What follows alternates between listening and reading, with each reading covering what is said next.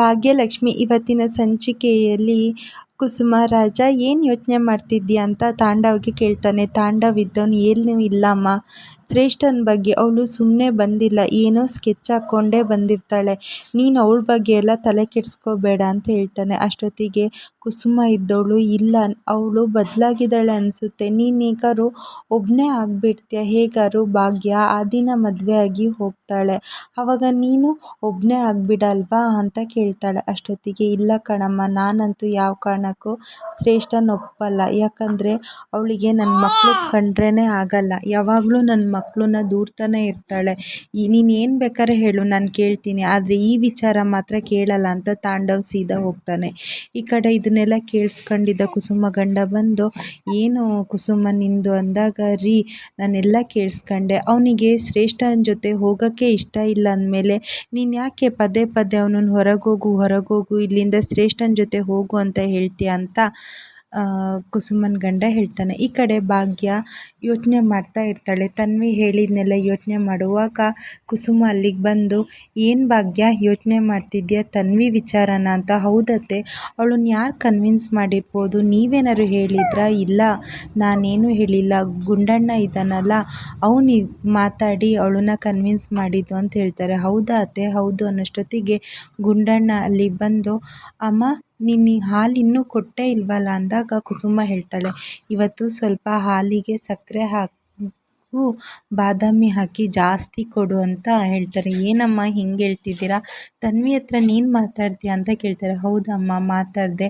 ನೀನು ಇಷ್ಟು ದಿನ ಒಂಟಿಯಾಗಿ ನಮಗೆ ಏನೇನು ಸಿಗಬೇಕು ಅದನ್ನೆಲ್ಲ ಸಿಗೋಂಗೆ ಮಾಡಿದ್ಯಾ, ಆದರೆ ಈಗ ನೀನು ಆದಿ ಅಂಕಲ್ನ ಎಷ್ಟು ಇಷ್ಟಪಡ್ತಿದ್ಯಾ ಅಂತ ನಂಗೆ ಗೊತ್ತು, ಆದರೆ ತನ್ವಿ ಅಕ್ಕ ಒಪ್ಪಿಲ್ಲ ಅಂತ ಒಂದೇ ಕಾರಣಕ್ಕೆ ನೀನು ಅವ್ರನ್ನ ದೂರ ಮಾಡ್ತಿದ್ದೆ, ಹಾಗಾಗಿ ಅಕ್ಕನಿಗೆ ನಾನು ಒಪ್ಸಿದ್ದು ಅಂತ ಗುಂಡಣ್ಣ ಹೇಳ್ತಾನೆ.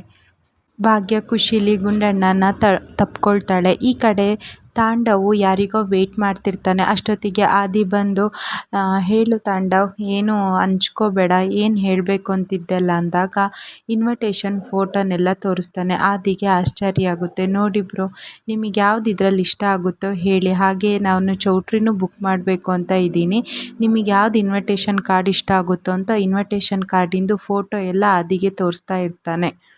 ಅಷ್ಟೊತ್ತಿಗೆ ಆದಿ ಇದ್ದವನು, ಇದೆಲ್ಲ ಯಾಕೆ ನನಗೆ ತೋರಿಸ್ತಿದ್ದೀಯ ಅಂತ ಕೇಳ್ತಿದ್ದೆ. ಅಷ್ಟೊತ್ತಿಗೆ ತಾಂಡವ್, ನಿಮ್ಮದು ಭಾಗ್ಯಂದು ಮದುವೆ ಅಲ್ಲ, ಹಾಗಾಗಿ ಚೌಟ್ರಿ ಬುಕ್ಕೆಲ್ಲ ಮಾಡಬೇಕಲ್ಲ, ಹಾಗಾಗಿ ನಿಮಗೆ ಯಾವ್ದು ಇಷ್ಟ ಉಂಟೋ ಅದನ್ನು ನಾನು ತೋರಿಸ್ತಾ ಇದ್ದೀನಿ ಅಂತ ಈ ಕಡೆ ಆದಿಗೆ ಹೇಳ್ತಾನೆ.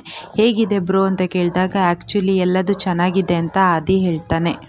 ತಾಂಡವ್ ಇದ್ದವನು, ಬ್ರದರ್ ಈ ಇನ್ವಿಟೇಷನ್ ಕಾರ್ಡು ಹಾಲ್ ಬುಕ್ಕಿಂಗ್ ನಾನು ಮಾಡಿದೆ ಅಂತ ಭಾಗ್ಯಂಗೆ ಮಾತ್ರ ಹೇಳಬೇಡಿ, ಭಾಗ್ಯಂಗೆ ಹೇಳಿದರೆ ಅವಳು ಯಾವ ಕಾರಣಕ್ಕೂ ಒಪ್ಪಲ್ಲ ಬ್ರೋ ಅಂದಾಗ, ಹ್ಞೂ ಸರಿ ಆಯಿತು ಅಂತ ಒಳಗೆ ಆದಿ ಬರ್ತಾನೆ. ಈ ಕಡೆ ತಾಂಡವು, ಅಯ್ಯೋ ಆಗೋದಿಲ್ಲದ ಮದುವೆಗೆ ಇನ್ವಿಟೇಷನ್ ಕಾರ್ಡ್ ಅಂತೆ ಅಂತ ಮನಸ್ಸಲ್ಲಿ ಹೇಳ್ಕೊಳುವಾಗ ಈ ಕಡೆ ಕುಸುಮ, ಆದಿ, ಗುಂಡಣ್ಣ ಇನ್ವಿಟೇಷನ್ ಕಾರ್ಡು ವಿಚಾರ ಮಾತಾಡ್ತಾ ಇರ್ತಾರೆ.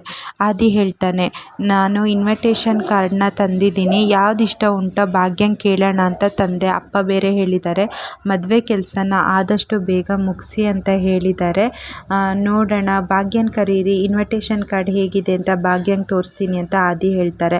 ಅಷ್ಟೊತ್ತಿಗೆ ಗುಂಡಣ್ಣ ಇದ್ದವನು, ತೋರಿಸಿ ನಾನು ನೋಡ್ತೀನಿ ಅಂದಾಗ ಭಾಗ್ಯನೂ ಬರಲಿ ಅಂತ ಹೇಳ್ತಾನೆ. ಕುಸುಮ ಇದ್ದವಳು, ಈಗನೇ ಭಾಗ್ಯನ ಕೇಳ್ತಿರುವಾಗ ಭಾಗ್ಯ ಬರ್ತಾಳೆ. ನೋಡು ಭಾಗ್ಯ, ಇನ್ವಿಟೇಷನ್ ಕಾರ್ಡು ಮತ್ತು ಚೌಟ್ರಿ ಯಾವುದು ಅಂತ ನೋಡೋಕ್ಕೆ ಹೇಳಿದ್ದಾರೆ ನೋಡಿ ಅಂದಾಗ ಭಾಗ್ಯ, ಗುಂಡಣ್ಣ, ಕುಸುಮ ಎಲ್ಲ ನೋಡ್ತಿರುವಾಗ ತನ್ವಿ ಬರ್ತಾಳೆ. ಅಷ್ಟೊತ್ತಿಗೆ ಗುಂಡಣ್ಣ, ಅಕ್ಕ ಬಾ, ಇನ್ವಿಟೇಷನ್ ಕಾರ್ಡು ಯಾವ್ದು ನಿಂಗೆ ಸೆಲೆಕ್ಟ್ ಆಗುತ್ತೆ ಬಾ ನೋಡು ಹೇಳು ಅಂದಾಗ, ಅಯ್ಯೋ ನನಗೆಲ್ಲ ಅಷ್ಟು ಗೊತ್ತಾಗಲ್ಲ, ನೀವೇ ನೋಡಿ ಅಂತ ಹೇಳಿ ತನ್ವಿ ಹೋಗ್ತಾಳೆ. ಈ ಕಡೆ ಭಾಗ್ಯ ಸುಮ್ಮನೆ ಸಪ್ ಮೊರೆ ಹಾಕ್ಕೊಂಡು ಕೂತುವಾಗ ಆದಿ, ಯಾಕೆ ಭಾಗ್ಯ ಸುಮ್ಮನೆ ಇದ್ದೀರಾ ಅಂದವಾಗ ಕೆಳಗಿಂದ ಶ್ರೇಷ್ಠ, ತಾಂಡವ್ ಅಂತ ಕರೀತಾಳೆ. ಮನೆಯವರೆಲ್ಲರೂ ಕೆಳಗೋಗಿ, ಯಾಕೆ ಶ್ರೇಷ್ಠ ಈ ಥರ ಜೋರಾಗಿ ಕಿರ್ಚುತ್ತಿದ್ದೀಯಾ ಅಂದಾಗ, ಇಲ್ಲಿ ಹೊರಗೆ ಕಿರ್ಚಬೇಡ, ಎಲ್ಲ ಜನ ನೋಡ್ತಿದ್ದಾರೆ, ಬಾ ಒಳಗೆ ಕುಸುಮ ಕರೀತಾಳೆ. ನಾನು ಬರಲ್ಲ, ನಾನು ಇಲ್ಲೇ ಮಾತಾಡಬೇಕು, ನಿಮ್ಮ ಮಗ ಏನು ಮಾಡಿದ್ದಾನೆ ಗೊತ್ತಾ, ನನಗೆ ಡಿವೋರ್ಸ್ ನೋಟ್ಸ್ನ ಕಳಿಸಿದ್ದಾಳೆ ಅಂತ ಹೇಳ್ತಾನೆ. ಅಷ್ಟೊತ್ತಿಗೆ ಕುಸುಮ ಇದ್ದವಳು, ಏನು ಮಾಡೋಕ್ಕೆ ಹೊರಟಿದ್ದೀಯ ತಾಂಡವ್, ಯಾಕೆ ಅವಳಿಗೆ ಡಿವೋರ್ಸ್ ಕಳಿಸಿದ್ಯಾ ಮಾಡ್ತಿದ್ಯಾ, ಇನ್ನೇನು ಮಾಡಲಿ ಅಮ್ಮ, ಅವಳಿಗೆ ಎಷ್ಟೋ ಸಲ ಹೇಳಿದ್ದೀನಿ ನಿನ್ನ ಜೊತೆ ಬದುಕಕ್ಕೆ ನಂಗೆ ಇಷ್ಟ ಇಲ್ಲ ಅಂತ, ಅವಳು ಕೇಳ್ತಾನೆ ಇಲ್ಲ, ಅದಕ್ಕೆ ನಾನು ಡಿವೋರ್ಸ್ ಕಳಿಸಿದ್ದೀನಿ ಅಂತ ಹೇಳ್ತಾರೆ. ಈ ಕಡೆ ಭಾಗ್ಯ ಇದ್ದವಳು ಏನು ತಾಂಡವರೇ, ಆವಾಗ ನನ್ನ ಜೊತೆ ಬದುಕೋಕ್ಕಾಗಲ್ಲ, ನನ್ನ ಪ್ರೀತಿನೇ ಮುಖ್ಯ ಅಂದ್ಕೊಂಡು ಅವಳನ್ನ ಮದುವೆ ಆಗಿ ನನಗೆ ಡಿವೋರ್ಸ್ ಕೊಟ್ರಿ. ಈಗ ನೋಡಿದರೆ ಅವಳ ಜೊತೆ ಇರೋಕ್ಕಾಗಲ್ಲ ಅಂತ ಮತ್ತೆ ಬಂದು ಅವಳಿಗೆ ಈಗ ಡಿವೋರ್ಸ್ ಕೊಡ್ತಿದ್ದೀರಲ್ಲ, ಏನು ಮಾಡ್ತಿದ್ದೀರಾ, ಇದು ಮಾಡ್ತಿರೋ ತಪ್ಪಲ್ವ ಅಂದಾಗ, ಹೌದು ನಾನು ಮೊದಲು ಮಾಡಿರೋದು ತಪ್ಪು, ಆದರೆ ಈಗ ನಾನು ಅದನ್ನು ತಿದ್ಕೊಳ್ತಿದ್ದೀನಿ. ನೋಡು ಶ್ರೇಷ್ಠ, ನನಗೆ ನಿನ್ನ ಜೊತೆ ಇರೋಕ್ಕಾಗಲ್ಲ, ನೀನು ಎಷ್ಟು ಬೇಕಾದ್ರೂ ಕಿರ್ಚ್ಕೊಂಡು ಹರ್ಚ್ಕೊಂಡು ಇಲ್ಲೇ ಇರೋ, ಆದರೆ ನಾನಂತೂ ಯಾವ ಕಾರಣಕ್ಕೂ ನಿನ್ನ ಜೊತೆ ಬರಲ್ಲ ಅಂತ ತಾಂಡವು ಒಳಗೆ ಹೋಗ್ತಾನೆ. ಈ ಕಡೆ ಶ್ರೇಷ್ಠ ಇದ್ದಳು, ಹೋಗು ಹೋಗು, ನೀನು ಕಳಿಸಿದ ತಕ್ಷಣ ನಾನೇನು ನಿನಗೆ ಡಿವೋರ್ಸ್ ಕೊಡಲ್ಲ, ಏನಾಗುತ್ತೋ ನಾನು ನೋಡ್ತೀನಿ, ಯಾವ ಕಾರಣಕ್ಕಂತೂ ನಿನ್ನನ್ನಂತೂ ಬಿಟ್ಕೊಡಲ್ಲ, ನೀನು ಯಾವತ್ತಿದ್ರೂ ನನ್ನ ಜೊತೆನೇ ಇರಬೇಕು ಅಂತ ಶ್ರೇಷ್ಠ ಹೇಳ್ತಾಳೆ. ಭಾಗ್ಯ ಕೂತ್ಕೊಂಡು ತಾಂಡವ್ ಶ್ರೇಷ್ಠನ ಮಧ್ಯೆ ಆದ ಗಲಾಟೆನ ಯೋಚನೆ ಮಾಡ್ತಾ ಇರ್ತಾಳೆ. ಆ ಕಡೆ ಆದಿ ಬಂದು, ಏನು ಭಾಗ್ಯವರೇ, ಏನು ಯೋಚನೆ ಮಾಡ್ತಿದ್ದಾಗ, ಏನಿಲ್ಲ ಆದಿಯವರೇ, ಅದೇ ಇವತ್ತು ನಡೀತಲ್ಲ, ನನಗೆ ತಾಂಡವರು ನಿಜವಾಗ್ಲೂ ಬದಲಾಗಿದ್ದಾರಾ ಅಥವಾ ನಾಟಕ ಮಾಡ್ತಿದ್ದಾರಾ ಅಂತಲೇ ಅರ್ಥ ಆಗ್ತಿಲ್ಲ ಅಂದಾಗ, ಅಯ್ಯೋ ತಾಂಡವ್ ನಿಜವಾಗ್ಲೂ ಬದಲು ಆಗಿದ್ದಾನೆ ಭಾಗ್ಯವರೇ, ಸ್ವಲ್ಪ ಸಮಯ ಕೊಡಿ ಗೊತ್ತಾಗುತ್ತೆ ಅಂದಾಗ, ಆದರೆ ಶ್ರೇಷ್ಠ ಮಾತ್ರ ಸುಮ್ಮನೆ ಇರಲ್ಲ. ಏನಾರು ಅವಳು ತೊಂದರೆ ಕೊಡ್ತಾಳೆ ಅಂದಾಗ, ಇರಲಿ ಬಿಡಿ, ನೀವು ಅದ್ರ ಬಗ್ಗೆ ಯೋಚನೆ ಮಾಡಬೇಡಿ, ನಾನು ಇದ್ದೀನಲ್ಲ, ಅದಲ್ಲ ನೀವು ಯಾಕೋ ಬೇರೆದೇ ಯೋಚನೆ ಇದ್ದೀರಾ, ಅದಕ್ಕಿಂತ ಮುಂಚೆ ನಾನು ಮದುವೆ ಡೇಟ್ ಫಿಕ್ಸ್ ಮಾಡೋ ಅನ್ನುವಾಗಲೇ ನಿಮ್ಮ ಮನಸ್ಸೇನೋ ಒಂಥರ ಹೇಳ್ತಿತ್ತು, ಯಾಕೆ ಭಾಗ್ಯವರೇ ಅಂದಾಗ, ಏನಿಲ್ಲ ಆದಿಯವರೇ, ಅಮ್ಮ ಇನ್ನೂ ಒಪ್ಕೊಂಡಿಲ್ಲ ಅಂದಾಗ, ಸರಿ ಆಯಿತು ಬನ್ನಿ ಹೊರಗೆ ಹೋಗೋಣ ಅಂತ ಹೇಳ್ತಾನೆ. ಹೊರಗೆ ಎಲ್ಲಿಗೆ ಅಂತ ಕೇಳ್ತಾನೆ. ಹೊರಗೆ ಹೋಗುವಾಗ ಎಲ್ಲಿಗೆ ಅಂತ ಹೇಳಬಾರ್ದು ಭಾಗ್ಯವರೇ, ಬನ್ನಿ ಅಂತ ಭಾಗ್ಯನ ತಾಂಡವ್ ಕರ್ಕೊಂಡು ಹೋಗ್ತಾನೆ.